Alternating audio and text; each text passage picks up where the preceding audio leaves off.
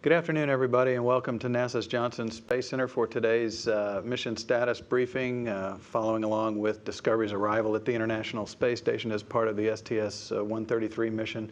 Joining us is Brian Lunny. He's the lead flight director for Discovery's voyage to the ISS, and he'll talk about his shift today, what occurred, obviously, and then look ahead at what's in store for the next day aboard the orbiting joint complex. I'll turn it over to Brian.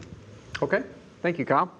Well, good afternoon. Thank you for being here. As Kyle said, it's been a great day in space. The crew has done a fabulous job. I'll walk through some of the activities that went on today, as well as talk about how the systems are doing. First off, the crew got up about 5:50 this morning, just before 6 a.m. Central Time. They did their typical post-sleep activities, and then we followed up with a couple of big rendezvous burns. I say big because we went from an orbit of about 120 nautical miles and all the way up to about 190 miles and a one-rev transfer with a couple of burns there. And that set us up for the rendezvous and then the docking, all of which went really well. The rendezvous itself was flown really well. All the burns, all the manual maneuvers, all the activities, the crew did a fabulous job accomplishing all those things. I didn't get any numbers in terms of propellant consumption, but from my observations, everything went really, really well. The manual phase, we did the R-bar pitch maneuver once we got in close and got some good pictures, we hope, expect, of the bottom of the space shuttle. Those were being downlinked as I was coming over here. And folks will get a good look at those tonight as they come in. And then once the rendezvous pitch maneuver was complete, or R-bar pitch maneuver was complete, the crew flew up to the V-bar, the velocity vector of the space station, and flew it on in for docking. All the flying, the manual flying, again, went really well. There were no issues at all with any of the systems on board Discovery. She performed quite well as well. Once we got docked, it took a little bit longer than we would have liked for the hard mate to complete. When the orbiter Discovery came in, we got what we call a soft dock, and then it took about an extra 30, 40 minutes to get to fully hard mated, and I'll go into why here in a few minutes. But first I'll go ahead and cover the rest of the activities for today. For today, you probably saw the crew was opening the hatch. They're coming in, they're going to do their safety briefing, and then they're going to get right into their robotic operations that are scheduled for today. Today was a very busy day, and we knew that going into it. This is probably our one day in the timeline that was pretty aggressively scheduled on the timeline purpose. So the crew's going to go in, and the purpose of the rest of today is to install the ELC number 4 out on the starboard truss. To do that, they're going to pluck it out of the payload bay with the space station robotic arm. Then that's going to present it to the shuttle robotic arm, they'll do a handoff to the shuttle robotic arm. And then while the shuttle robotic arm is holding the payload, the space station robotic arm is going to do a walk-off from the node 2 and inchworm over to the MBS. And then the space shuttle robotic arm will hand it back to the space station arm. And then the space station robotic arm will continue with the installation out at the S3 location. The crew that's doing this is Nicole Stott and Mike Barrett are doing all of the SSRMS ops, the station arm ops, and Eric Bowe and Al Drew are doing the shuttle arm ops. Once it's out at the proper location, it will be attached with the Common Attach System, the CAS, and Katie and Paula will execute the procedures to do the full hookup for that element out there on the truss.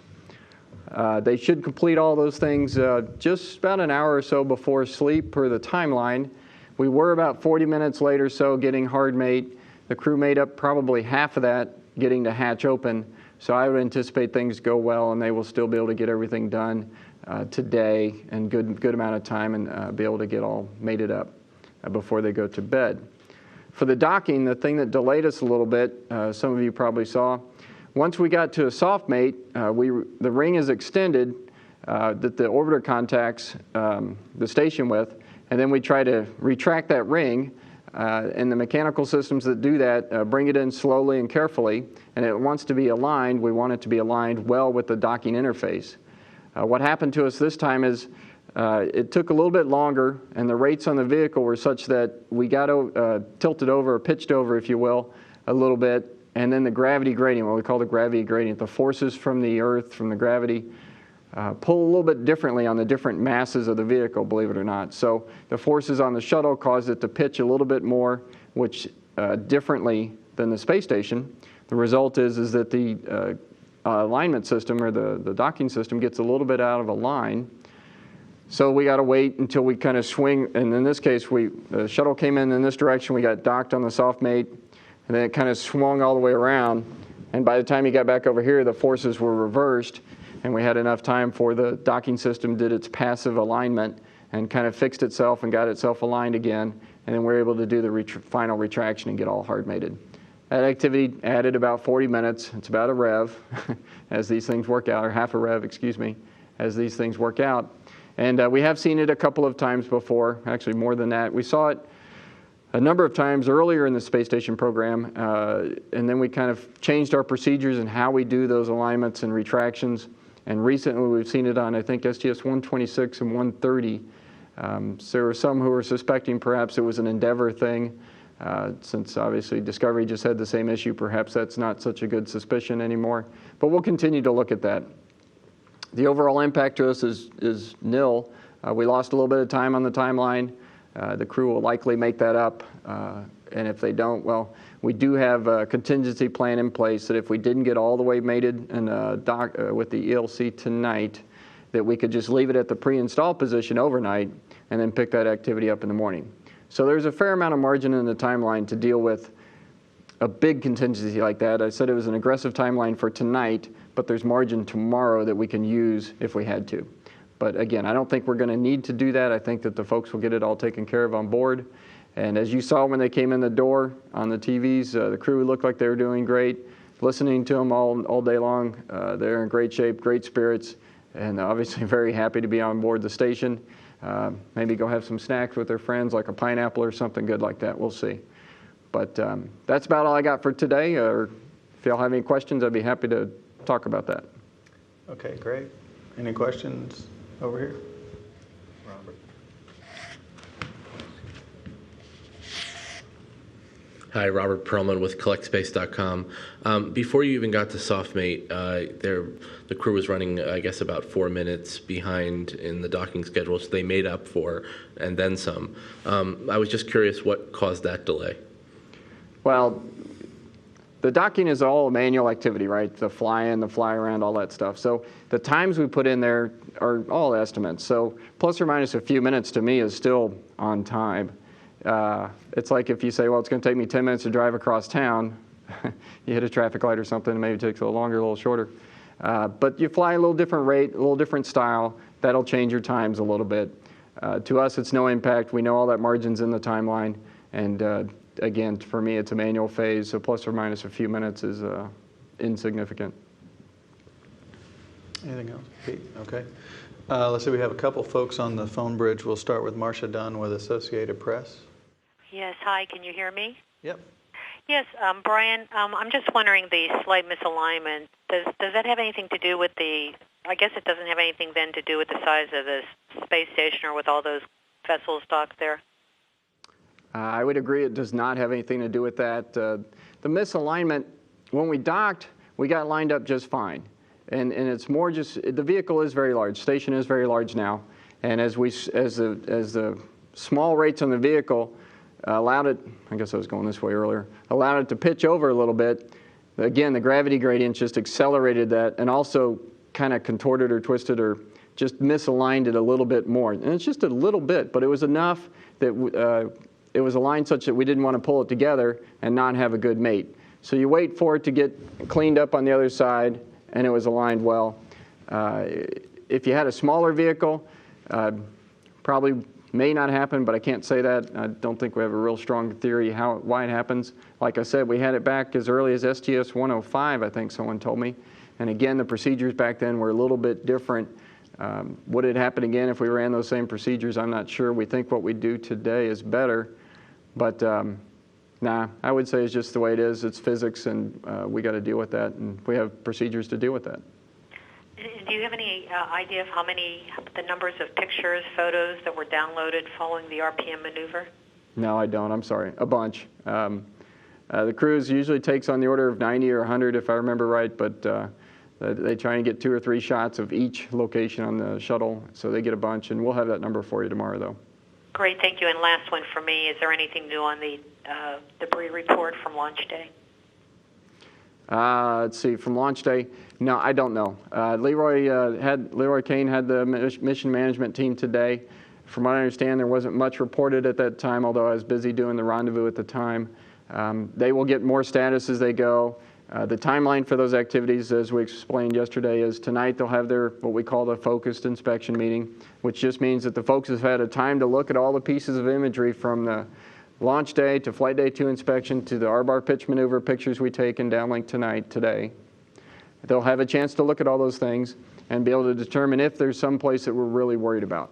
And from what I'm hearing right now, no one obviously is saying any such thing, but we'll have that official meeting tonight, and then the MMT will discuss it tomorrow and as need be for subsequent days as well. Thank you. That's all for me. Okay, thanks, Marcia. Let's see, James Dean, Florida Today. Are you on? Yes, thank you, Kyle. Brian, I know you've been focused on the work at hand, but just wondered if you could share any thoughts on seeing Discovery docked for what should be the last time, and as well just the uniqueness this time of joining all the other vehicles. Okay, well, yeah, sure. Discovery is a fabulous, a glamorous vehicle, if you will. Discovery's done a lot of great things for us, and it's wonderful to see Discovery back at the International Space Station.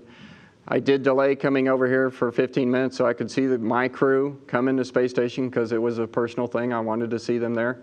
And I also knew that you guys wanted to see that instead of me. So I really did want to see that. It's good to see our guys on board. It's good to see the spaceship there. And to see the whole stack up there, it's all good. We're glad to be flying. Thanks. I wondered if you could just sort of preview the highlights for tomorrow, which generically looks mostly like transfer on the TV schedule. And then just one other question was following up again on the fly around. I wonder if you could just tell us kind of what is left to be decided to, I know the approval is not expected till Monday or Tuesday, but what are the outstanding issues that have to be that haven't yet been covered? Thank you. Okay. For flight day 4, you're right. It's mostly a transfer and prepare for the EVAs. The next day, we'll go into camp out in the evening. Of course, they'll do a bunch of transfer operations during the day. No real big ticket items. At one point in the timeline, that was the day we did the PMM install. But due to the activity as an EVA 1, we pushed the PMM install to flight day 6. So no real single big ticket items, if you will, but tomorrow's a big transfer day. Crew gets situated there in space station and be ready to go with the EVAs on flight day 5. For the fly about, I call it the fly about to distinguish from fly around, which is what the shuttle does after undock, just to keep things straight in my mind when I speak with people. What is left? Well, when we launched, I kind of unplugged for that conversation and left that to the mission management team. I know that and the other engineering teams working all the analysis going on.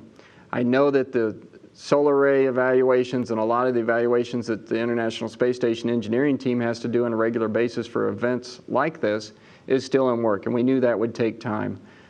It's just a partially iterative process, but once they have a solution they like, then they got to go do some more thorough analysis on that to make sure it's going, all the solar array positioning and things like that are going to be satisfactory. So we knew that part would take a while. In fact, it might not even be done by flight day 6. The reality is that may go a little bit longer, and that's okay, because our expectation with the mission management teams is that they would authorize, assuming they get there when they have these discussions, if they authorize the ops teams to go ahead and do this, we will wait for that analysis, of course. And if it came back not good or that there was a problem, that could veto the activity itself. Don't expect that. Folks are working on that, but that is one reality of the timeline and the path we're on. As far as other folks, so the space station engineering folks are off looking at the things that they have to do for these type of events, in particular with solar arrays. But in addition, our Russian partners are also off working on the 24S, making sure they're comfortable with it, doing this activity with the trajectory the crew's being asked to do, and all the training and flyabout activities that they would have to do during the activity. The early discussions, obviously we laid out a plan. Here's how it would go happen, and the Russians have done that for us. Now teams on all sides are looking at it, making sure it's a good plan, and that there's nothing that we're missing in all of that, and that it's going to be safe to go do. So that is all in work, and again, I think all those reports are going to feed back into the mission management teams over the next couple of days, Again, I've asked that they provide us a response no later than Flight Day 6, so we have plenty of time to work it into our operational timeline. Anything else, James? Thank you very much. Okay, thank you. Okay, we're back here. Any wrap-ups from anybody? Okay, we'll end with the usual couple of programming notes. Crew heads to bed a little before 10 p.m. Central Time. We'll start our Flight Day 3 highlights. Obviously, that'll focus on all of the footage that the crew has shot and what you saw of rendezvous and docking. Wake up Sunday is 5:53 a.m. Central Time.